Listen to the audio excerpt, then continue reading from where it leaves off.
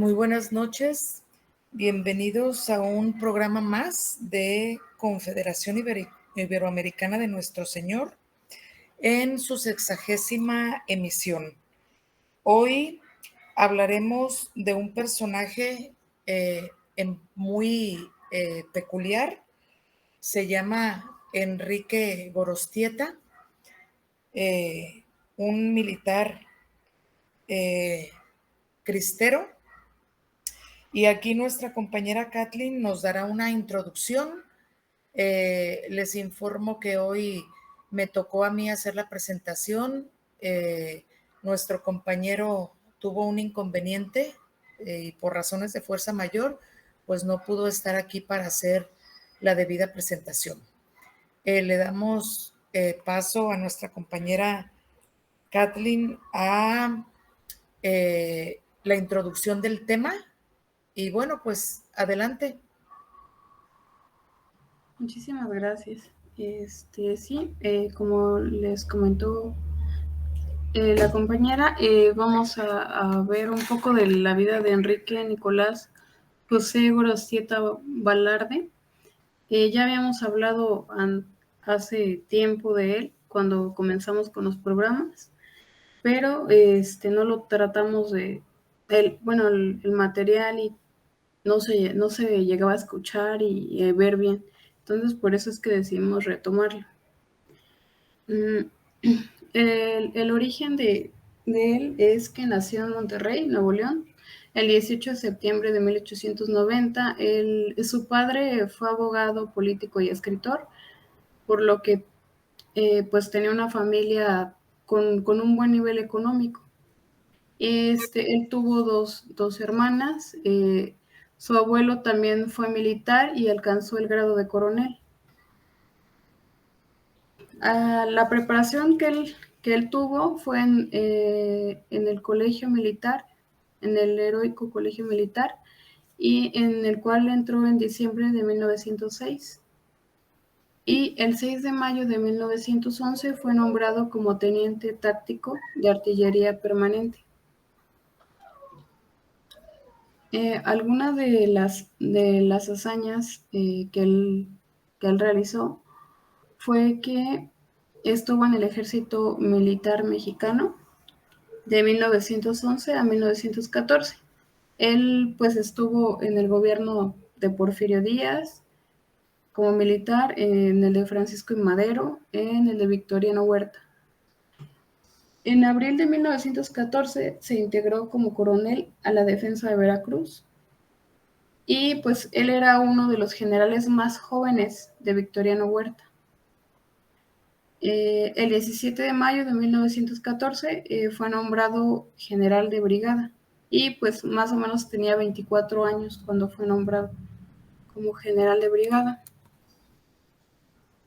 En agosto de 1914 se licenció del Ejército Federal y posterior a esto participó en la Revolución Mexicana.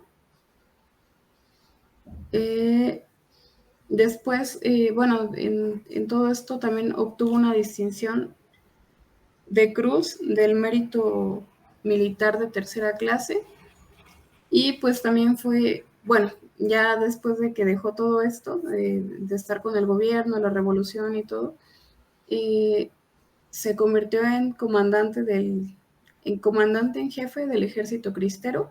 Esto fue del 1927 al 1929. Ya hemos hablado anteriormente de la contrarrevolución cristera y pues que es una parte de la historia de México que ha sido ocultada por el gobierno y ha sido callado totalmente, ha sido borrado todos estos años que hubo persecución contra todo el pueblo de México, ¿no? Porque como en algún momento les llegamos a comentar, llegamos a hablar de esto, en ese tiempo prácticamente el 100% de la población mexicana era católica, entonces era ir contra todo el pueblo mexicano. En julio de 1927, él pues se une a la Liga Nacional de Defensa Religiosa Lo contratan a él. Él, pues, como ya vimos, estaba muy preparado, ya había participado ya tenía mucha experiencia, ¿no? Hasta en la Revolución Mexicana. Entonces, pues él poseía un gran talento militar. Al principio se dice que no compartía la devoción religiosa, que los cristeros, ¿no? Que como en algún momento lo llegamos a ver también, era gente, era gente de pueblos, de ranchos, de ciudades, de todo tipo de gente que creía en Dios, que realmente quería la salvación de su alma, ¿no? Y veía cómo el gobierno eh, le pasaba por encima y cerraban iglesias, no podían ver a un sacerdote oficiando una misa porque o lo encarcelaban o lo fusilaban, y a toda la gente que los ayudara no podían tener ni siquiera una estampita de la Virgen o un crucifijo porque ya iban a la cárcel, ¿no? O sea, era tal la persecución que, que, pues, que pues estaba tan impregnado todo en la sociedad, ¿no? En la población.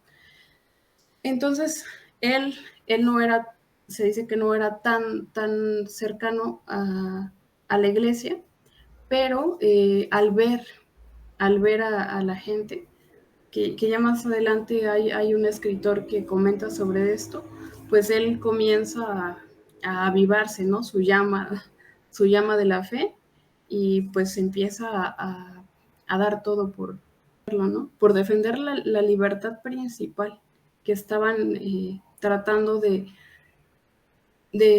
callar a toda la gente. Entonces, bueno, continuamos.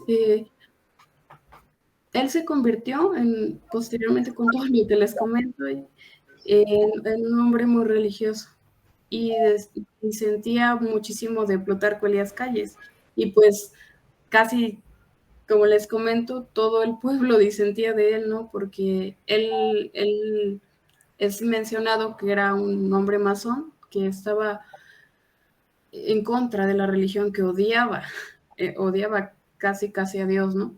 Entonces, él le causaba mucha repulsión todo esto, y él trataba de eliminarla, pero como les comento, eliminarla era eliminar el espíritu de todo México.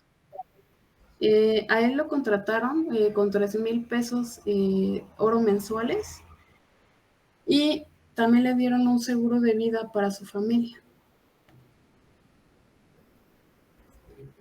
Cuando él llega aquí al ejército cristero, pues era un ejército, no era uno, no eran muchos, pues como les comentaba, era gente común que se unía para poder ayudar a los sacerdotes, ¿no? Entonces estaban dispersos y no había un orden.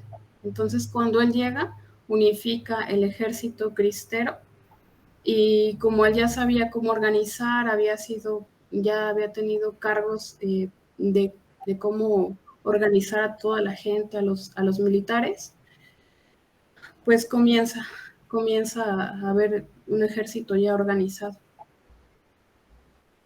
Él empezó a entrenar y a disciplinar a todos los que se unían. Y pues lo que les comentaba, que el escritor Jen Meyer y comenta que él descubrió la auténtica cristiandad en la fe de sus soldados.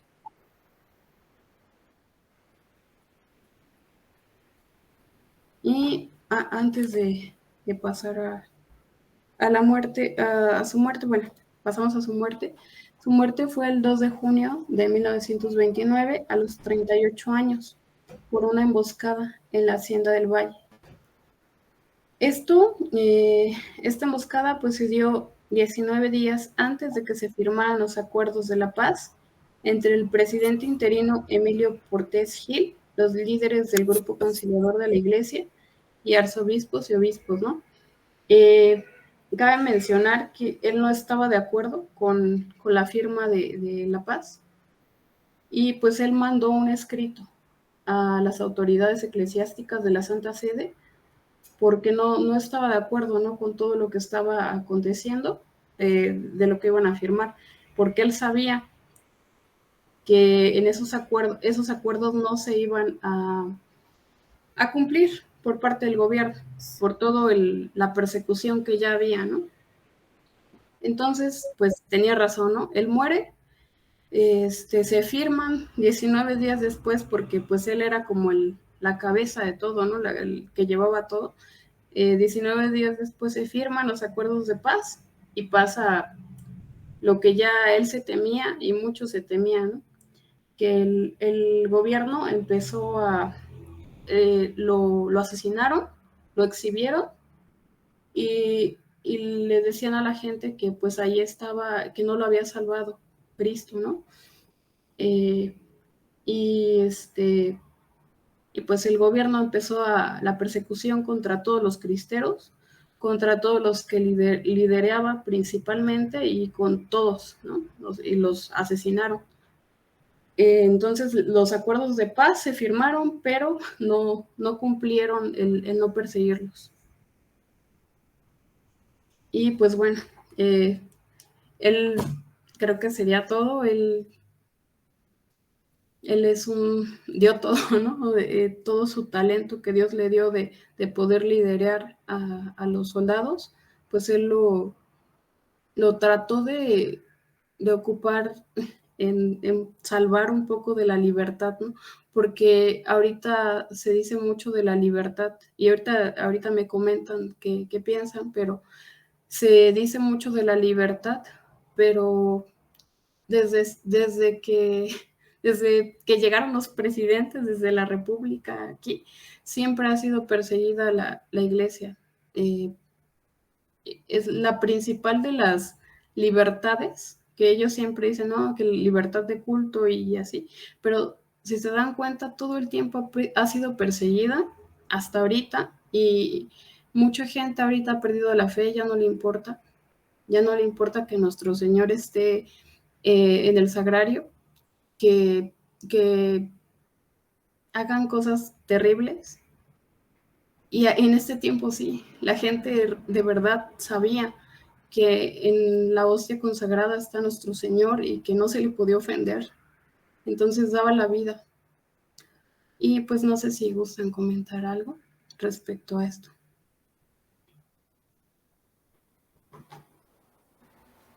Sí, retomando un poco la parte final de lo que mencionabas de su historia, y pues contra todo pronóstico, hay que destacar que con muy pocas armas y municiones, convirtió pues a unos cuantos rebeldes en una fuerza militar increíble. Más de 20,000 hombres logró unir para su propósito, con muy pocos recursos, por cierto. Realmente ese don que mencionas que Dios le dio, tenía un liderazgo increíble. De hecho, le apodaron el general invencible. Era un excelente líder de grandes ideales y bueno, que luchó por la libertad del culto. Y también retomando eh, los tiempos actuales, tal como lo dijiste, hasta nuestros días la iglesia sigue siendo perseguida, solo que la diferencia es que antes, pues era como, aunque parezca paradójico, era pues frontal, digámoslo así, ¿no? En la lucha y los que estaban en contra.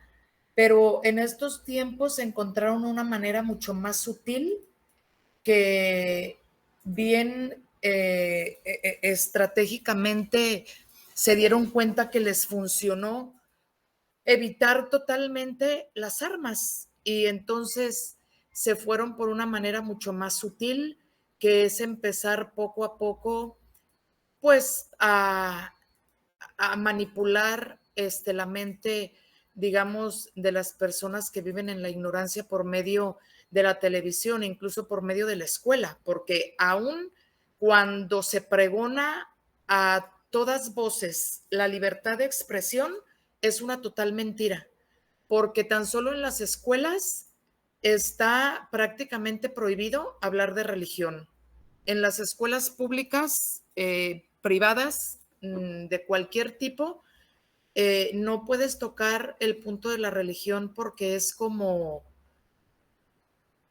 entrar en una cuestión de discriminación de que si en una misma aula de clases hay un cristiano y un católico, pues es como motivo de rencillas, ¿no? O sea, cosas de ese tipo que van metiéndonos en el subconsciente, y pues para manipularnos así, ya no es necesario que los gobiernos nos forcen a creer o a no creer o a seguir y creer en lo que ellos dictan, ya con estas armas que encontraron, infortunadamente, que es la tecnología que nos está llevando a la destrucción, precisamente porque quieren matar la letra, eh, principalmente cuando se trata de religión, en este caso, pues una historia tan interesante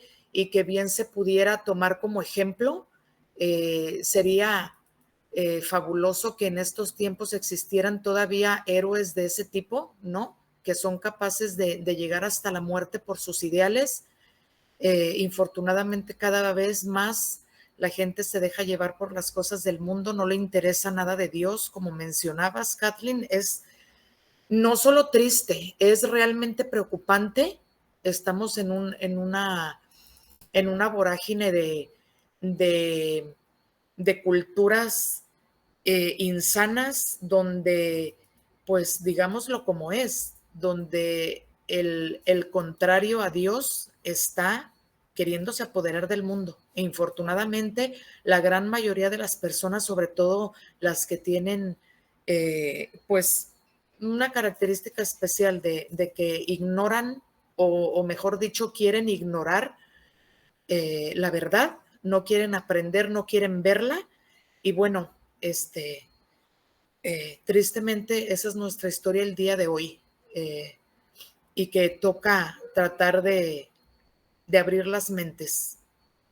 Eso es todo. A mí me gustaría intervenir en esta ocasión para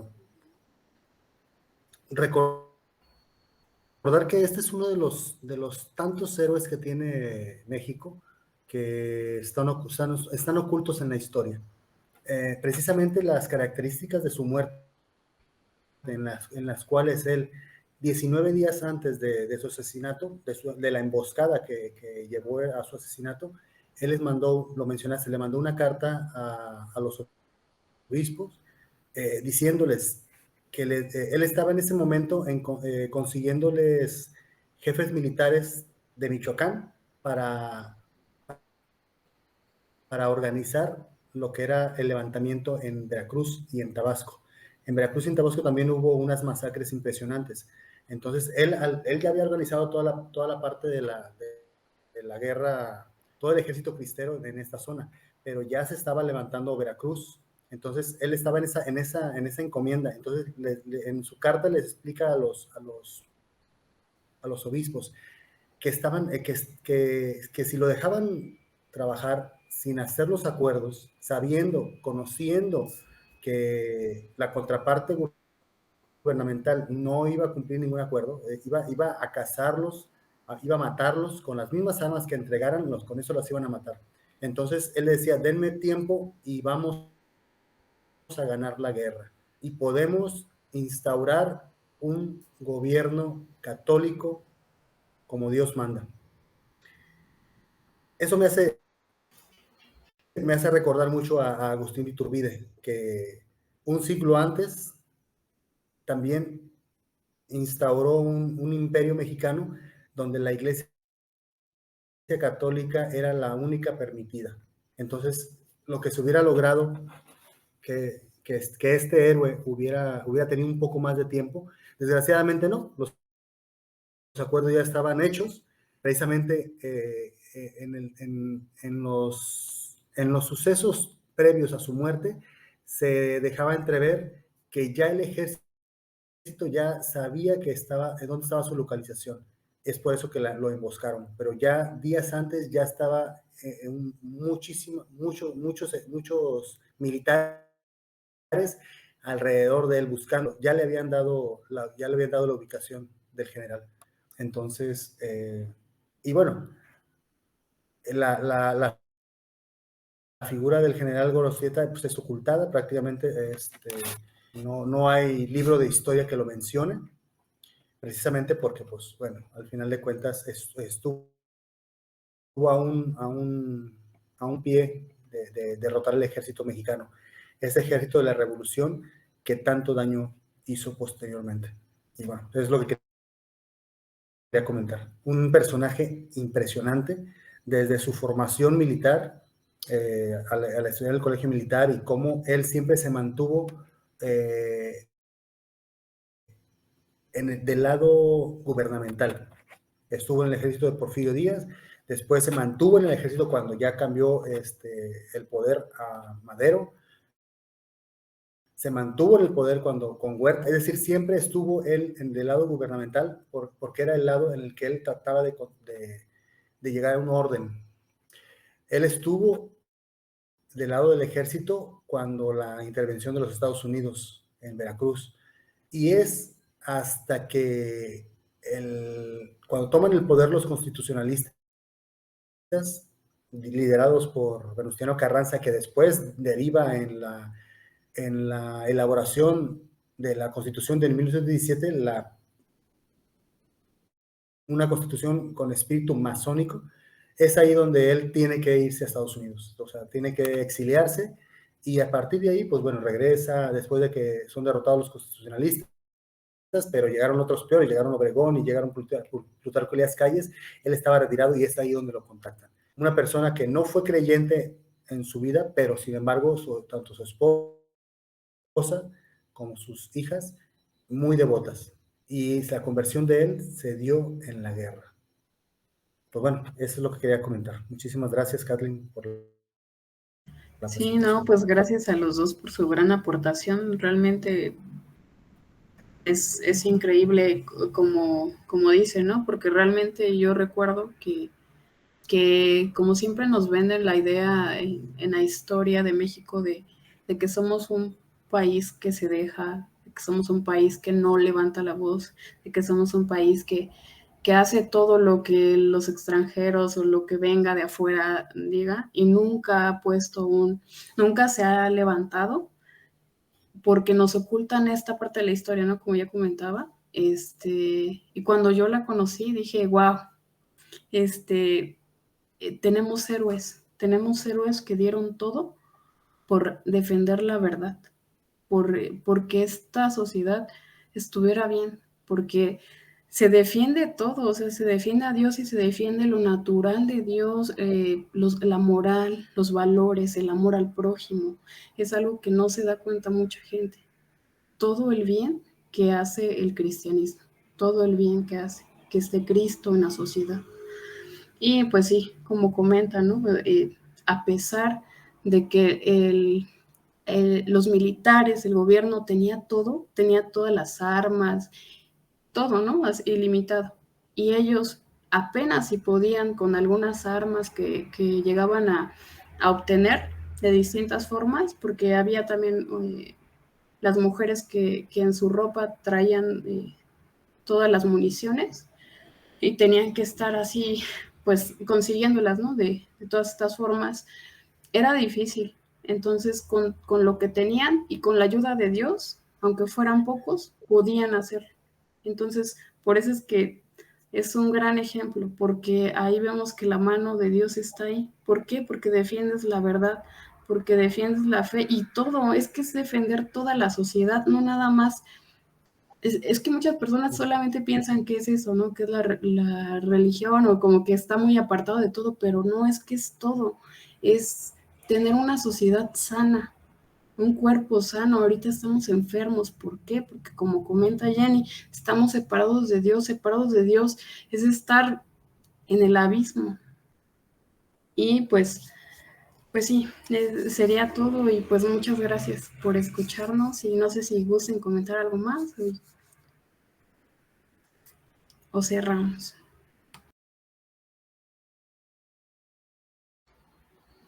Solo dar las gracias por su atención a todas las personas que nos hagan el favor de escucharnos y de ver nuestro programa, y esperemos que sea de su agrado. Excelente, pues gracias y pues que viva Cristo Rey. Buenas noches, que viva Cristo Rey.